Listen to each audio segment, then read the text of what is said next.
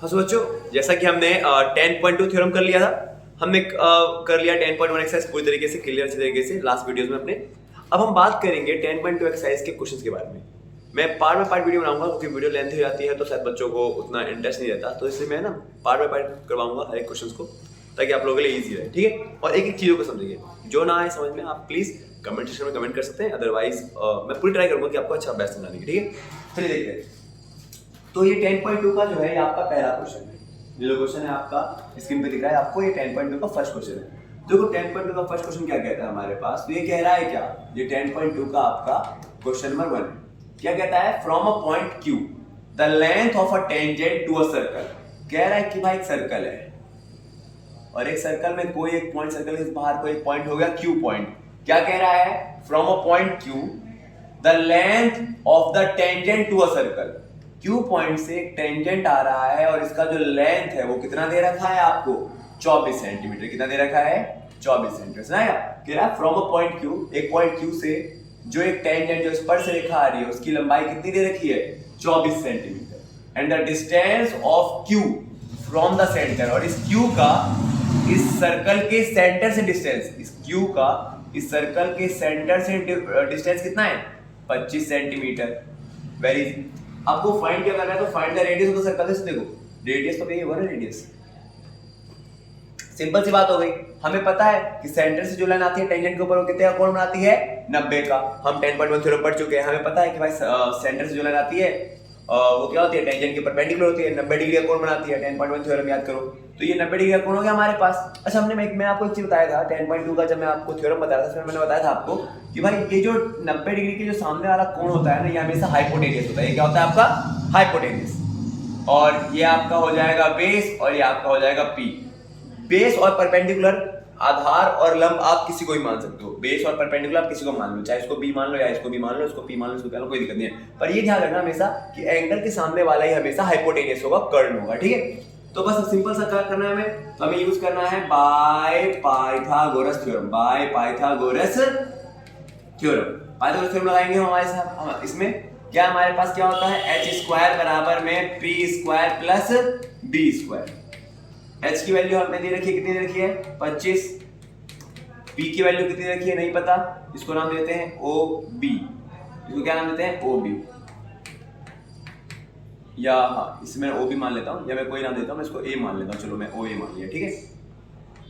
OA का square और plus में बेस कितना दे रखा है हमारे पास, 24, तो 24 का स्क्वायर। 25 का स्क्वायर 625, OA का स्क्वायर रहेगा, और 24 का स्क्वायर कितना होता है, 576। 24 गुणे 24, ये प्लस का 576 इधर आके माइनस हो जाएगा, तो 625 माइनस का 576 करेंगे तो बराबर में OA का स्क्वायर। ये दोनों को माइनस करेंगे तो कितना आ जाएगा, 49। बराबर में क्या होगा, OA का स्क्वायर। OA का स्क्वायर हो जाएगा, स्क्वायर हटेगा तो रूट हट जाएगा। 49 का स्क्वायर होता है 7 का, तो OA की वैल्यू यानी कि आपका रेडियस कितना आ गया, 7। क्या 7 आंसर दे रहा, ऑप्शन सही है, तो ऑप्शन ए हमारा सही आंसर है। सुना क्वेश्चन देखो, बस फिगर बनाना समझ लो। कह रहा है कि फ्रॉम अ पॉइंट Q एक पॉइंट से एक टेंजेंट आ रही है जिसकी लेंथ कितनी है, 24। तो मैंने Q एक टेंजेंट मान लिया 24, और मुझे कह रहा है इस सर्कल के सेंटर से Q का डिस्टेंस कितना है, 25। रेडियस निकालना है, मैंने बताया एंगल के सामने वाला हमेशा हाइपोटेन्यूस होगा, तो ये हाइपोटेन्यूस कितना दे रखा है, 25। इधर में से B और P किसी को मान लो, पाइथागोरस लगाओ, आपका आंसर आ जाएगा। ठीक है, सिंपल, पहला आपका सही है। ठीक है, ये बात नोट कर लो पहले आप। ठीक है, अगला क्वेश्चन बात करते हैं, वीडियो पॉज करके आप लोग नोट करें, अगला क्वेश्चन की बात करते हैं। देखो अगला क्वेश्चन क्या कह रहा है, ये भी सिंपल सा क्वेश्चन है। क्या कह रहा है हमारे पास, इन द फिगर, इस फिगर के अंदर आपको क्या बोल रखा है कि if TP and TQ, TP और TQ क्या है, दो टेंजेंट है। TP और TQ आपके दो टेंजेंट दे रखे हैं, दो स्पर्श रेखाएं दे रखी है। ठीक है, सेंटर इसका O है, और अब मुझे कह रहा है इस प्रकार से है कि एंगल POQ, ये एंगल कितने का बन रहा है, ये एंगल बन रहा है आपके 110 डिग्री का। ठीक है, तो आपको क्या फाइंड करना है, देन फाइंड करो PTQ। क्या फाइंड करना है, PTQ, यानी आपको ये एंगल निकालना है, PTQ। चलो ये फिगर दे रखा है ऐसे, आपको बोल रखा है भाई PT और PT और TQ आपके दो टेंजेंट दे रखे हैं। बोला है ना यहाँ पे आपको in figure, TP and TQ दो टेंजेंट है और O इसका सेंटर है, और इस प्रकार से बन रहा है कि एंगल POQ एंगल कितने का, 110 का। तो आपको PTQ निकालना है, PTQ निकालना है, तो सिंपल है। अच्छा, अब एक से समझना ध्यान से, हम सब एक बात जानते हैं कि किसी भी क्वाड्रिलेटरल क्या होता है, चतुर्भुज, जिसकी कितनी साइड होती है, 4 साइड, उन सभी किसी भी क्वाड्रिलेटरल में जो एंगल का सम होता है वो कितने का होता है, 360 का होता है। तो यहाँ पर क्या है, 4 साइड बन रही है, एक साइड, 2 साइड, 3 साइड, 4 साइड बन रहा है ना, यहाँ पे 4 साइड। तो 4 साइड बन रहा है, हिसाब पता चल गया मुझे क्या है, क्वाड्रिलेटरल है, चतुर्भुज है, और चतुर्भुज के चारों एंगल का सम कितना होता है, 360। चारों एंगल का सम क्या होता है, 360 होता है ना। क्वाड्रिलेटरल में, क्वाड्रिलेटरल यानी कि आपके चतुर्भुज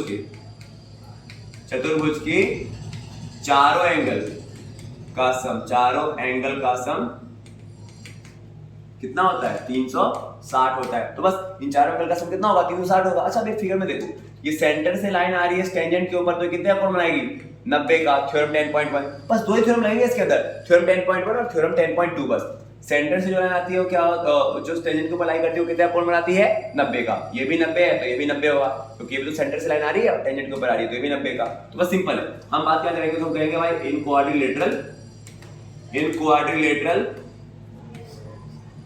कौन सा है नाम, उसको PTQO, इन क्वाड्रिलेटरल PTQO, चारों एंगल का सम कितना हो जाएगा, 360 हो जाएगा। तो एंगल कौन कौन से, 90 प्लस में 110 प्लस में 90 और प्लस में ये एंगल हमें नहीं पता, इस एंगल का नाम क्या दे रखा है, PTQ। तो एंगल PTQ बराबर में कितना हो जाएगा, 360 हो जाएगा। ठीक है, 90 90 180, 180 में आप 10 जोड़ोगे तो आपका हो जाएगा 190, 190 में आप 10 जोड़ोगे तो 290 प्लस का PTQ बराबर में 360, 90 90 180, 180 में 110 जोड़ोगे तो 290 आ गया। ये प्लस का 290 वहां जाके माइनस हो जाएगा, तो PTQ बराबर में कितना हो जाएगा, 360 माइनस का 290, यानी ये हो जाएगा आपका कितना, आंसर आ जाएगा 70। देखो 70 दे रखा है, यहाँ पर दे रखा है, तो ऑप्शन बी इसका सही आंसर। ठीक है, सिंपल सा क्वेश्चन था। देखो उम्मीद करता हूँ आपको ये दोनों क्वेश्चन समझ में आ गए होंगे। अगर क्वेश्चन आपको समझ में आ गए और कोई डाउट रहा होगा तो आप कमेंट सेक्शन में कमेंट कर सकते हो। मैं आपको उम्मीद करूंगा कि पूरा ट्राई करूंगा आपको उसको डाउट को क्लियर कर सकूं। तब तक के लिए इस वीडियो को इतना यहीं पे खत्म करते हैं, बाकी कुछ क्वेश्चन अगले वीडियो में करते हैं। अगर आपको वीडियो अच्छी लगी वीडियो को लाइक कर दें, शेयर कर दें और चैनल को सब्सक्राइब कर दें। ठीक है, मिलते हैं आपसे नेक्स्ट वीडियो में।